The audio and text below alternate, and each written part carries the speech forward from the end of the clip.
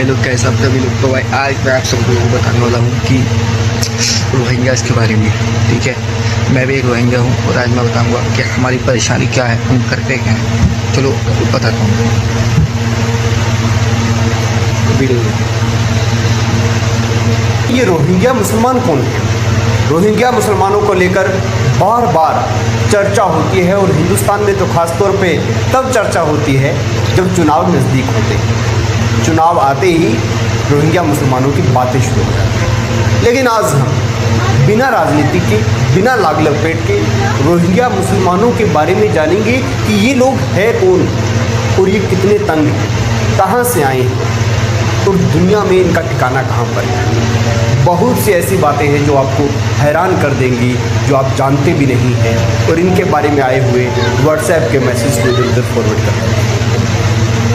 तो आपको बता दें दोस्तों, रोहिंग्या लोग ऐसे लोग हैं जिनका कोई देश नहीं है, यानी उनके पास किसी देश की नागरिकता नहीं है। रहते वो म्यांमार में हैं, लेकिन वहाँ उन्हें सिर्फ गैर कानूनी बांग्लादेशी प्रवासी माना जाता है।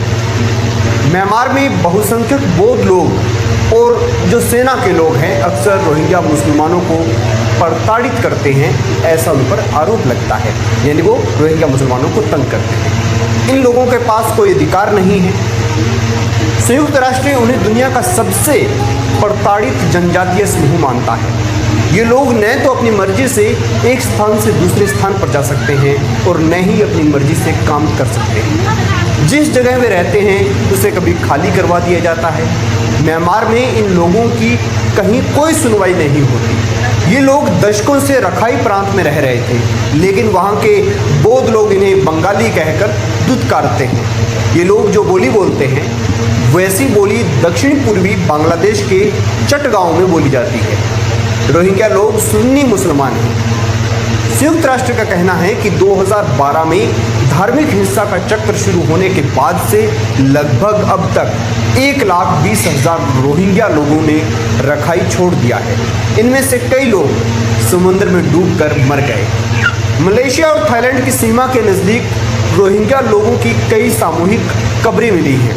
2015 में जब कुछ सख्ती के कारण ये लोग नाव में सवार होकर हज़ारों की तादाद में समुद्र को पार कर रहे थे, उस वक्त समुद्र में फंस गए तो वहाँ पर भी बहुत से लोगों की मौत हो गई। रोहिंग्या लोगों की मजबूरी का फ़ायदा इंसानों की तस्करी करने वाले, इनके जो ऑर्गन्स होते हैं उनको सेल करने वाले लोग खूब उठाते हैं। ये लोग अपना सब कुछ इन्हें सौंप कर सुरक्षित जगह की तलाश में बहुत सारे जोखिम अपनी ज़िंदगी में उठाते रहते हैं। म्यांमार से लगने वाले बांग्लादेश में लगभग अब के वक्त में 8 लाख रोहिंग्या लोग रहते हैं। इनमें से ज़्यादातर ऐसे लोग हैं जो म्यांमार से जान बचाकर वहां पहुंचे हैं। बांग्लादेश में हाल में रोहिंग्याओं को एक द्वीप पर बसाने की योजना बनाई जा रही है। वो योजना कितनी कामयाब होगी ये देखना होगा। बांग्लादेश कुछ ही रोहिंग्या लोगों को शरणार्थी के तौर पर मान्यता देता है। वो नाव के जरिए बांग्लादेश में घुसने वाले बहुत से रोहिंग्या लोगों को वापस भी लौटा देता है।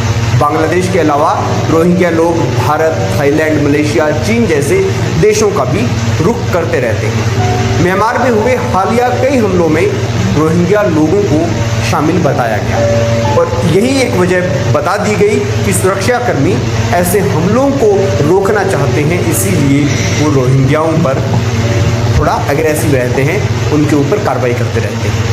मानवाधिकार समूह म्यांमार से अपील करते रहे हैं कि वो रोहिंग्या लोगों को नागरिकता दे, उनका दमन रोके।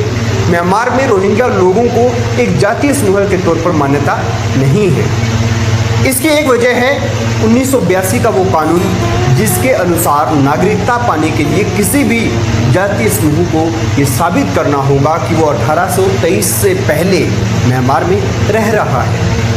रोहिंग्या लोगों की समस्या पर लगभग लोग खामोश रह जाते हैं और जो आन सान सूची यानी सत्ताधारी पार्टी जो थी म्यांमार में, उसकी नेता थी, उनकी भी कई बार आलोचना होती है, लेकिन वो भी चुप रह जाती है। माना जाता है कि वो इस मुद्दे पर ताकतवर सेना के खिलाफ टकराना नहीं चाहती, इसीलिए वो बोलती नहीं। और बाकी आप म्यांमार में जो हाल है उसके बारे में जानते ही होंगे, किस तरह से वहाँ पर तख्ता पलट हुआ।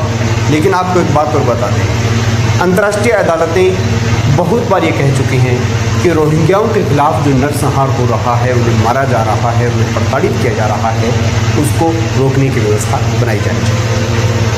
तो दोस्तों, ये है रोहिंग्या मुसलमान, जिनके बारे में मैंने आपको इतनी सारी बातें बताई। एक बात मान के चलिए कि मानवता की खातिर इन लोगों को इस धरती पर कोई तो ऐसी जगह होनी चाहिए जहाँ पर ये रह सकें, बस सकें। इसके बारे में आप क्या सोचते हैं? क्योंकि मान लीजिए मैं हूँ और मेरे को ये कह दिया जाए कि धरती पर कोई भी देश आपको नागरिकता नहीं, कहीं भी आप नहीं रह सकते, तो बताइए मैं कहाँ रहूँगा? क्या कोई ऐसा द्वीप है जिस पर केवल मात्र रोहिंग्याओं के लिए अलग से मुल्क बसा दिया जाए? और मुल्क बसाने कोई आसान काम नहीं होते, उसके लिए आपको एक सामाजिक ढांचा तैयार करना पड़ता है, और उस ढांचे को तैयार करने के लिए इस देश की कुछ उदारवादी ताकतों को इकट्ठा होना होगा, ताकि ये रोहिंग्या मुसलमान जो हैं ये दर दर की ठोकरें ना खाएं, इनका जीवन सुरक्षित हो सके और इनकी आगे आने वाली पीढ़ियाँ जो है वो यही सब था। वीडियो को यही एंड करते हैं, और लाइक करो, शेयर करो, कमेंट करो, कमेंट में आपका क्या राय है।